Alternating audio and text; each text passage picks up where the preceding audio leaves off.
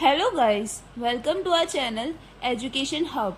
आज हम पढ़ेंगे chapter number 2 that is solutions of class 12th। So the topics that we will cover in this lecture is what is solutions, characteristics of solutions with some examples, expressing the concentration of solutions and with some solve questions, and last topic is types of solutions। तो हम सबसे पहला अपना topic पढ़ेंगे that is what is solution.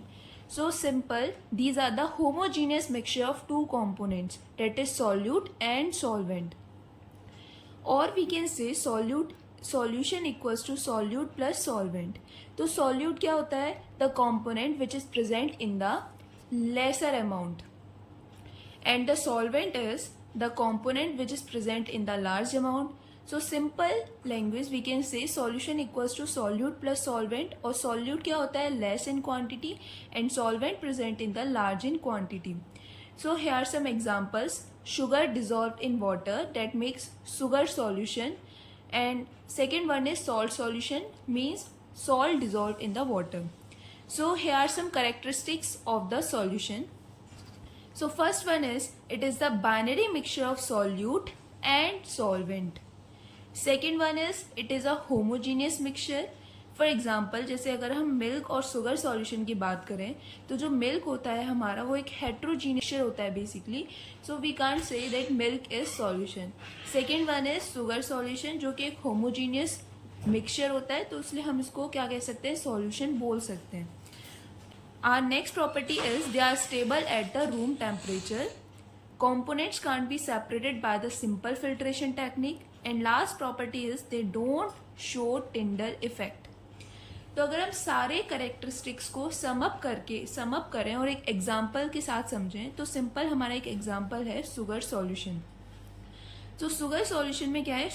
Sugar plus water. तो हम first characteristic feature तो हमारा यहाँ पे सेटिस्फाई हो रहा है कि क्या होता है? एक बाइनरी मिक्सचर होता है। तो यहाँ पे हमारा शुगर सॉल्यूशन क्या है? एक बाइनरी मिक्सचर है, that is sugar plus water का। सेकेंड है हमारा होमोजीनियस मिक्सचर होना चाहिए। तो यस, शुगर सॉल्यूशन क्या होता है? एक होमोजीनियस मिक्सचर होता है। होमोजीनियस और हेट्रोजीनियस मिक्सचर हम ऑलरेडी स्टडी कर चुके हैं। होमोजीनियस क्या होता है कि जिसमें जो हमारे मतलब जो पार्टिकल्स हैं या फिर बेसिकली जो सॉल्यूट और सॉल्वेंट के जो पार्टिकल्स हैं उनमें क्या है? बाउंड्री ना दिखाई दे। मतलब जो सॉल्यूट का अगर हम डिसॉल्व करें सॉल्वेंट के अंदर तो हमें सॉल्यूट की बाउंड्रीज दिखाई ना दे, मतलब वो पूरी तरीके से उसमें डिसॉल्व हो जाए सॉल्यूट में। That is a homogeneous mixture. But जो हमारा मिल्क होता है वो एक हेट्रोजीनियस मिक्सचर होता है, तो वो एक सॉल्यूशन नहीं होता है। Next property stable at the room temperature. तो जो शुगर सॉल्यूशन है वो स्टेबल होता है रूम टेम्परेचर पे। मतलब आप अगर उसे रख दोगे सुबह से शाम तक, अगर आप उसे रखोगे शुगर सॉल्यूशन को रूम टेम्परेचर पे तो उसका टेस्ट या कुछ भी चेंज नहीं होगा। हाँ, टेम्परेचर चेंज हो सकता है, ठंडे से गर्म वो सारी चीज़ें हो सकती हैं, बट उसका जो टेस्ट है और स्मेल वगैरह चेंज नहीं होगा। तो नेक्स्ट यार प्रॉपर्टी है components can't be separated by the simple filtration technique। Simple filtration technique मतलब अगर आप समझो तो जैसे जो हमारी जो छन्नी होती है, अगर हम उससे अगर हम शुगर सॉल्यूशन को फिल्टर करें तो क्या हमें शुगर अलग और वाटर अलग मिल जाएगा? नहीं मिलेगा। सो ये इसको भी सेटिस्फाई कर रहा है ये example. And last property is they don't show Tyndall effect. तो सबसे पहले हम ये समझते हैं टिंडल इफेक्ट होता क्या है। टिंडल इफेक्ट बेसिकली क्या होता है कि हमारा एक हमने टम्बलर लिया है या फिर हम सिंपल एक हमने व्हीकल लिया है जिसके अंदर हमने एक सॉल्यूशन फिल किया है, तो जब हम लाइट उसमें से पास कराते हैं तो लाइट हमारी स्प्लिट अप हो जाती है। This is called Tyndall effect. तो हमारा जो सॉल्यूशन है उसके करेक्टरिस्टिक फीचर है कि वो टिंडल इफेक्ट शो नहीं करना चाहिए। समझ में आ गया? So here are some characteristics. So next move forward. So here are some examples of solution that is like salt solution.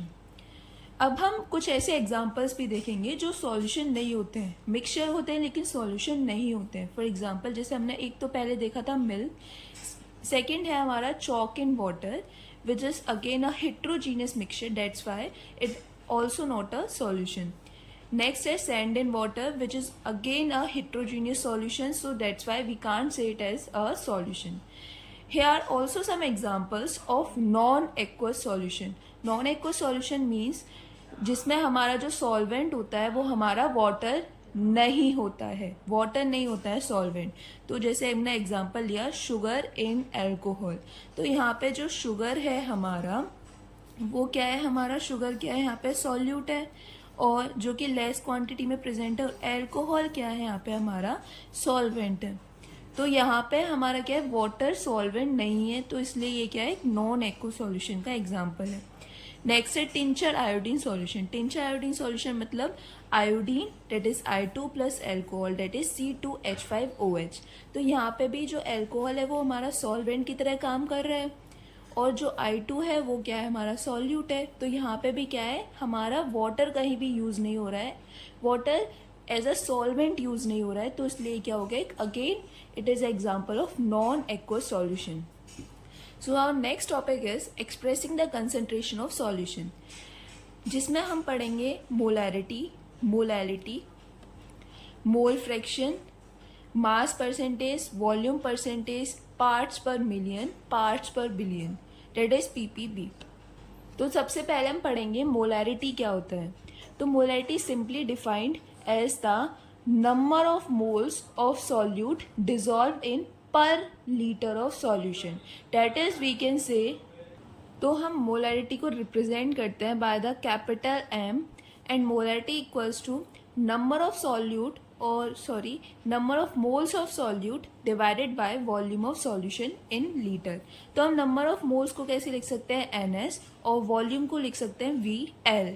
तो हम मोलैरिटी को कैसे लिख सकते हैं, number of moles divided by VL.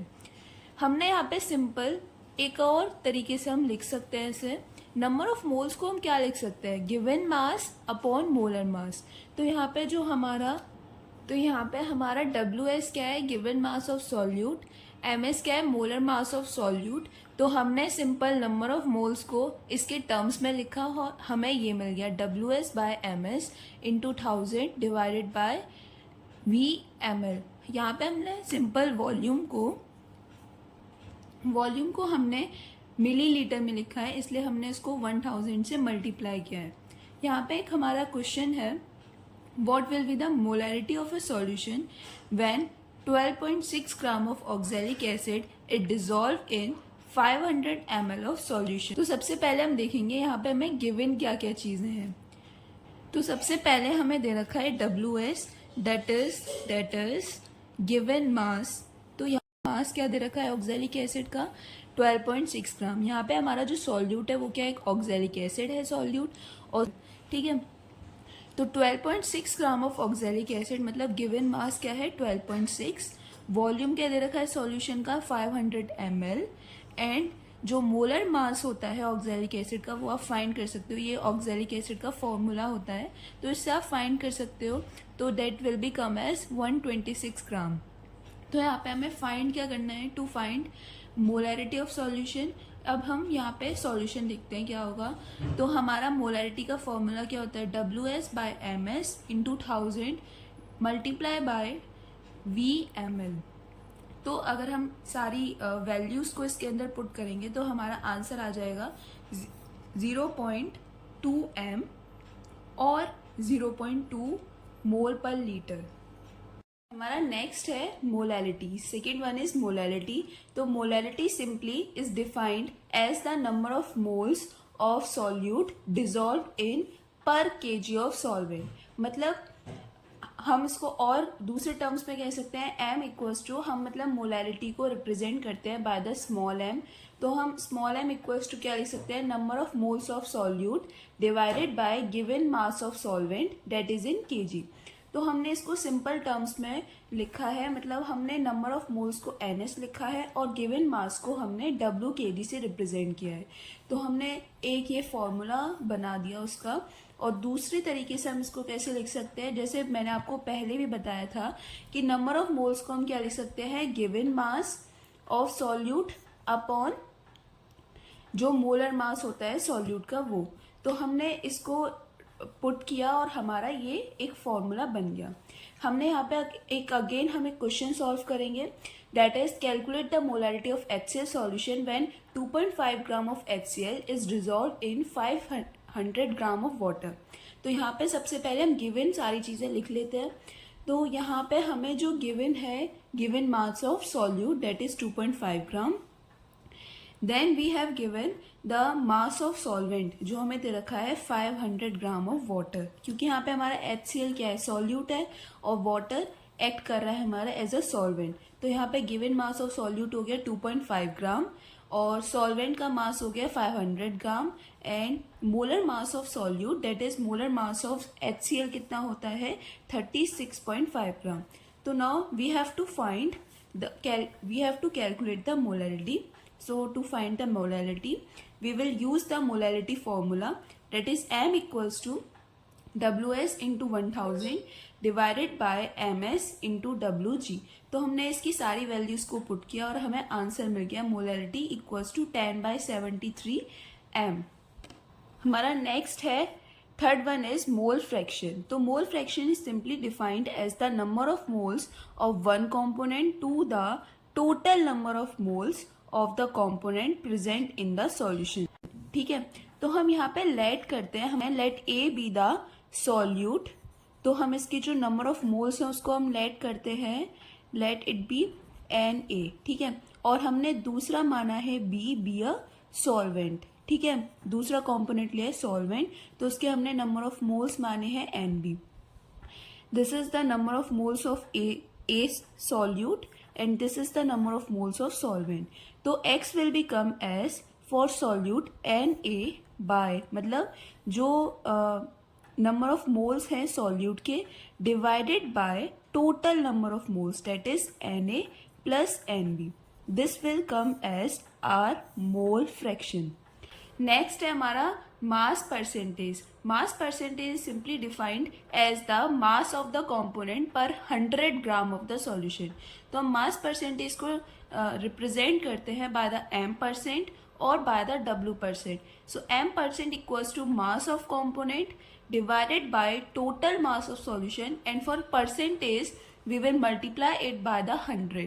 Then our next is fifth one is volume percentage which is represented by the V%। मतलब definition for volume percentage क्या होगी, it is defined as the volume of one component per liter of the solution। So it will become as V% equals to volume of one component divided by total volume of solution and multiply by 100। हमारा next है parts per million, that is also represented by ppm। Then ppm equals to number of parts of component divided by total number of parts of all components of the solution multiply by 10 to the power 6। This is called ppm। अब हम next है हमारा parts पर billion that is represented by PPB. इसका formula होता है number of parts of components divided by total number of all components of the solution multiply by 10 to the power 9। Next है हमारा topic, last topic, that is types of solution. So types of solution हम decide करते हैं on the basis of solvent. हम जो है types of solution decide करते हैं। That is types of solution हम सबसे पहले लेते हैं सॉलिड सॉल्यूशन, जिसमें हमारा सॉल्यूट होगा। फर्स्ट लेते हैं हम सॉल्यूट, कुछ भी हो सकता है, सॉलिड, लिक्विड, गैस, कुछ भी हो सकता है। लेकिन सॉलिड सॉल्यूशन के केस में जो हमारा सॉल्वेंट होगा वो केवल क्या होगा, सॉलिड ही हो सकता है। ठीक है, तो हम एग्जाम्पल लेते हैं। फर्स्ट वन इज सॉलिड, मतलब सॉल्यूट भी सॉलिड हो और सॉल्वेंट भी सॉलिड हो। इसका अगर हम एक एग्जाम्पल देखें दैट इज एलॉयज जो बनते हैं। नेक्स्ट है हमारा liquid dissolve in solid that is amalgams, like zinc amalgam. Next है हमारा गैस सॉलिड, तो इसका एग्जांपल है H2 gas absorbed at the surface of Ni, Pt और Pd। Ni मतलब निकल, Pt मतलब प्लेटिनियम और Pd मतलब प्लेडिनियम। ठीक है, नेक्स्ट है हमारा लिक्विड सॉल्यूशन। लिक्विड सॉल्यूशन में हम सॉल्यूट अगेन फर्स्ट लेते हैं हम सॉलिड, तो उसके साथ हम सॉल्वेंट लेंगे लिक्विड, तो इसका एग्जांपल शुगर सॉल्यूशन, ठीक है, जिसमें हमारा लाइक शुगर क्या है, सॉल्यूट है, डेट इज सॉलिड है, और जो सॉल्यूशन मतलब उसको हमने डिसॉल्व किया है वाटर में, डेट इज अ लिक्विड, तो इसलिए हम कह सकते हैं कि ये एक लिक्विड सॉल्यूशन का एग्जाम्पल है। नेक्स्ट है हमारा liquid dissolve in liquid, example alcohol in water. Next है gas dissolve in liquid, example cold drinks, carbohydrated water. इसमें क्या होता है, बेसिकली आपने सुना भी होगा कि CO2 को डिसॉल्व किया जाता है किसी लिक्विड में, पानी में डिसॉल्व किया जाता है, तो it is example of liquid solution.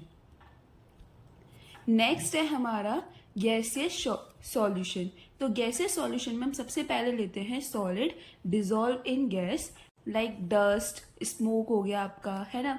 Next है liquid dissolve in gas, like moisture. Next gas in gas, example N2+S2। So that's all for today.